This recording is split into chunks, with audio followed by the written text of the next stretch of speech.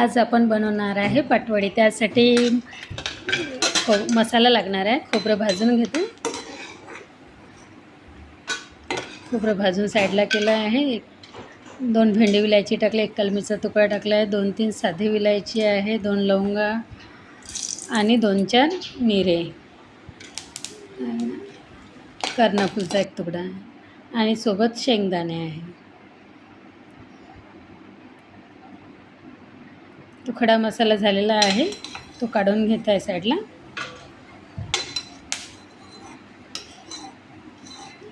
आणि आता शेंगदाणे पण झाले आहे, ते पण काढून घेते. कांदा तेलामध्ये थोडंसं भाजून घ्यायचा.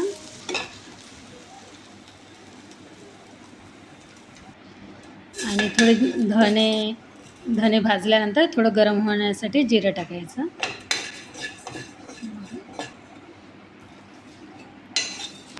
आता हा कोरडा मसाला पहिले मिक्सरमध्ये करून घ्यायचा आणि नंतर टमाटर आणि कांदा ते करायचं. 1 वाटी बेसन आहे. तर आता आपण पाटवडी करणार आहे. तेल गरम झालं, त्याच्यात जिरं मोहरी टाकलं आहे. नंतर थोडासा कांदा टाकला, 2-3 कढीपत्त्याचे पानं कापून घेतलेले आहे, ते कट करून टाकले आणि थोडी कोथिंबीर टाकली, ते छान परतून घेतली. आणि थोडी लसणाची पेस्ट टाकली, लसूण अद्रक पेस्ट, धना पावडर, जिरा पावडर, थोडा हळद, थोडे तीळ टाकले, कच्चेच आहे, तेलामध्ये परतल्यानंतर भाजून होऊन जातात. तिखट आहे आणि चवीनुसार मीठ. छान परतून घेतलं आहे. आणि आता 1 वाटी बेसन होतं, तर 1.5 वाटी पाणी टाकलं आहे. आणि आता ह्या मसाल्याच्या पाण्याला उकळी आली.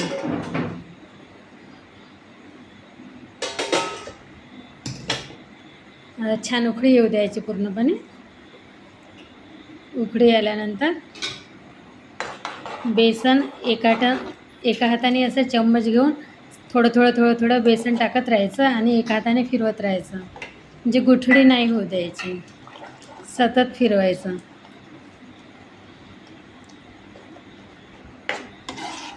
सतत फिरवत राहायचं, गुठळी पूर्ण मोडून टाकायच्या.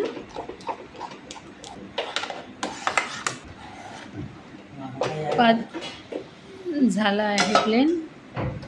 आता ते झाकून छान पकू द्यायचं. आपलं बेसन शिजलं आहे. आता एका प्लेटला तेल लावून घेतलं आणि गरम असतानाच हे बेसन त्या प्लेटमध्ये टाकायचं. आणि गरम असल्यामुळे पाण्याचा हात घेऊन असं थापायचं, नाहीतर आपण वाटी किंवा प्लेट त्याच्याने पण असं प्लेन करू शकतो. आणि आपल्याला पातळ जाड पाहिजे त्या आकाराचं असं थापून घ्यायचं.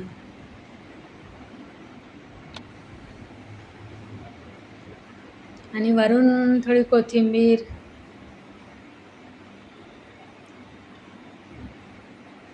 आणि खोबरं किस थोडा वरून असं पेरून घ्यायचं. आणि वरून दाब दिल्यामुळे ते छान सेट होऊन जातात. आणि मग आपल्याला पाहिजे त्या आकाराच्या अशा वड्या पाडून घ्यायच्या.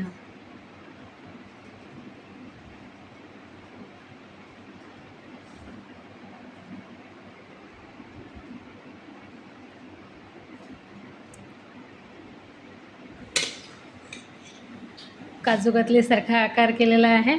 असे हलत आहे तरी ते तुटत नाही पाटवडी.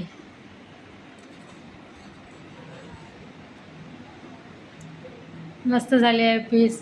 एकदम पातळ पण नाही, एकदम जाड पण नाही. किती मस्त झाले आहे. आपल्या पीसेस कट करून झालेले आहे. हलवली तरी तुटत नाही. मस्त झाली आहे.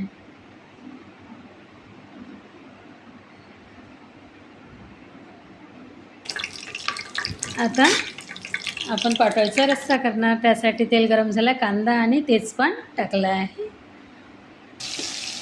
आणि लसूण अद्रकची पेस्ट टाकली. 2-3 कढीपत्त्याची पानं टाकली आणि ते छान परतून घेतलं. आणि मिक्सरमध्ये बारीक केलेला मसाला, खोबरं, शेंगदाणे, बाकी खडे मसाले आणि आता वरून हळद टाकली.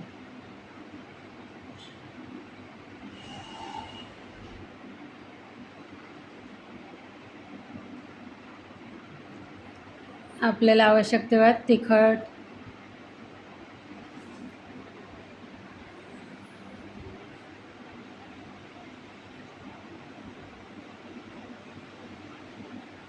आणि चवीनुसार मीठ.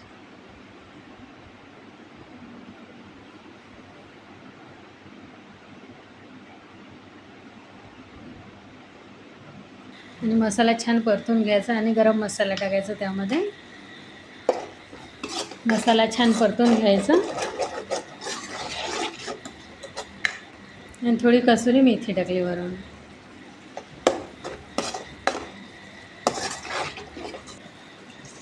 आणि आपल्याला रस्सा पाहिजे आहे तेवढं पाणी टाकून घ्यायचं.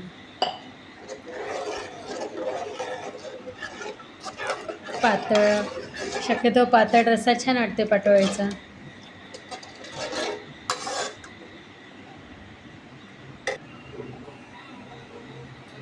आता पाण्याला उकळी आली आहे. आता मसाल्याचं पाणी उकळलं, चांगली उकळी आल्यानंतर आता आपल्याला वाटत असेल तर पीस टाकू शकतो आपण भाजीमध्ये आणि पुन्हा छान उकळी येऊ द्यायची.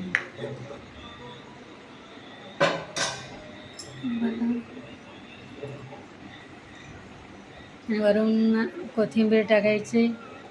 पीस पण आपले तुटले नाही, जसेचे तसेच आहे. आणि गरम मसाला टाकायचा. आपली तयार आहे हे पाटोळीचे पीसेस आणि रस्सा. आणि पाटोळीचे पीस पण भाजीमध्ये आहे. तयार आहे आपली पाटोळी. मस्त खा, स्वस्त राहा, मुलांची काळजी घ्या, आईवडिलांची पण. आणि हा व्हिडिओ आवडल्यास लाईक करा, शेअर करा आणि सबस्क्राईब करायला विसरू नका. धन्यवाद.